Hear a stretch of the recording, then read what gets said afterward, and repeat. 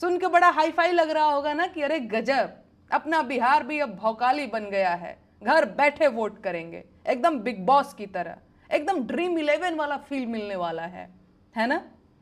बिहार के मतदाताओं, कान खोलकर सुन लीजिए, आप लोग अगर इस चमक धमक के चक्कर में पड़े और मोबाइल से वोट डालने की हिमाकत किए तो वही हाल होगा जो लॉटरी जीतने के नाम पर आपके तमाम साथियों के साथ हुआ है।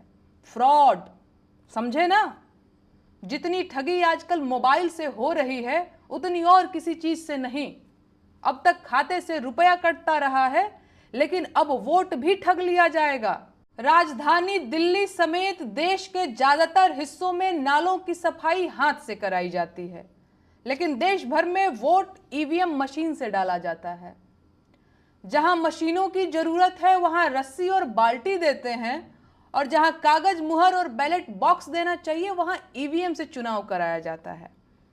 ऐसे में ताजी खबर यह है कि चुनाव आयोग बिहार चुनाव में ऐप से वोटिंग कराना चाहता है और मोबाइल ऐप की शुरुआत भी की जा रही है, जिसकी मदद से बिहार के लोग बिना वोटिंग सेंटर पर गए भी वोट डाल सकेंगे। ईवीएम क्या कम था जो अब ऐप भी लॉन्च करेंगे? पूरी दुनिया के देश मूर्ख हैं क्या जो अभी भी बैलेट पेपर से वोट करवाते हैं, और आप बढ़ के आधुनिक हो गए हैं जो मशीन और ऐप से चुनाव कराएंगे। सुन के बड़ा हाई फाई लग रहा होगा ना कि अरे गजब, अपना बिहार भी अब भौकाली बन गया है, घर बैठे वोट करेंगे, एकदम बिग बॉस की तरह, एकदम ड्रीम 11 वाला फील मिलने वाला है ना। बिहार के मतदाताओं, कान खोलकर सुन लीजिए, आप लोग अगर इस चमक धमक के चक्कर में पड़े और मोबाइल से वोट डालने की हिमाकत किए तो वही हाल होगा जो लॉटरी जीतने के नाम पर आपके तमाम साथियों के साथ हुआ है। फ्रॉड, समझे ना। जितनी ठगी आजकल मोबाइल से हो रही है उतनी और किसी चीज से नहीं। अब तक खाते से रुपया कटता रहा है, लेकिन अब वोट भी ठग लिया जाएगा। अगर आप लोग 4 रोटी कमाने के चक्कर में दिल्ली, बंबई और सूरत पहुंच जाते हैं तो क्या अपना भाग्य बदलने के लिए मतदान केंद्र तक भी नहीं जा सकते? किसी के बहकावे में मत आइए, चुपचाप वोटिंग सेंटर पर अपना वोट अपने हाथ से डालकर आइएगा। ज्यादा ऐप और मोबाइल फोकासी के चक्कर में पड़े तो वोट भी हैक कर लिया जाएगा और आप हाथ मलते रह जाएंगे। और ये जो चुनाव आयोग है उसे बिहार की साक्षरता दर के आंकड़े नहीं मालूम है क्या?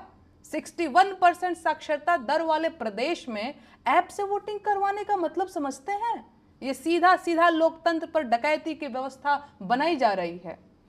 ये मोबाइल ऐप से घर बैठे ऑनलाइन वोटिंग करवाएंगे?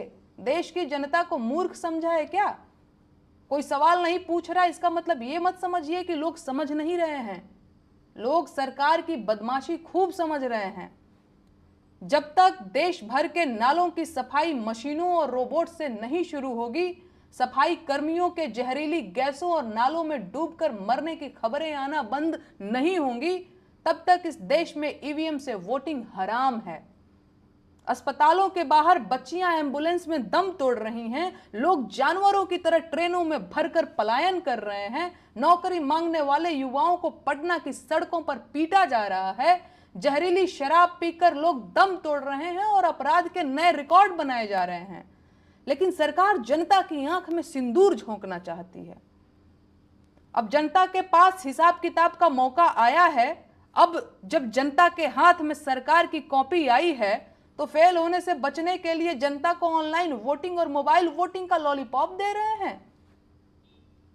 इस बार बिहार के मतदाताओं को जितनी सतर्कता से वोट देना है उतनी ही पैनी नजर बिहार में पत्रकारिता करने आ रहे नोएडा के पत्रकारों पर भी रखनी है। तमाम पत्रकार सरकार का नमक चाटकर पत्रकारिता करने बिहार आएंगे, उन्हें नजरअंदाज नहीं करना है। पटना के भाजपाई पत्रकारों से भी सतर्क रहना है। ध्यान से समझ लीजिए और सतर्क हो जाइए। इस चुनाव से आपके 5 साल का भविष्य ही नहीं, आपकी अगली पीढ़ियों का भाग्य भी तय होगा। बिहार में चुनाव करीब आ चुका है और दिल्ली वालों के हेलीकॉप्टर भी आपके सिर पर मंडराने लगे हैं। इन हेलीकॉप्टर्स को आप चुनावी गिद्धों से कम मत समझिएगा। ये आपका वोट छीनने और ठगने आए हैं। हेलीकॉप्टर की धूल आंखों में मत जाने दीजिएगा, अचंभित मत होइएगा। ये आपके ही खून पसीने की कमाई है जो आसमान में उड़ रही है। इसमें आपकी मेहनत का पेट्रोल जल रहा है। मोदी जी बिहार में रैली पे रैली किए जा रहे हैं, अब तक 5 चक्कर लगा चुके हैं।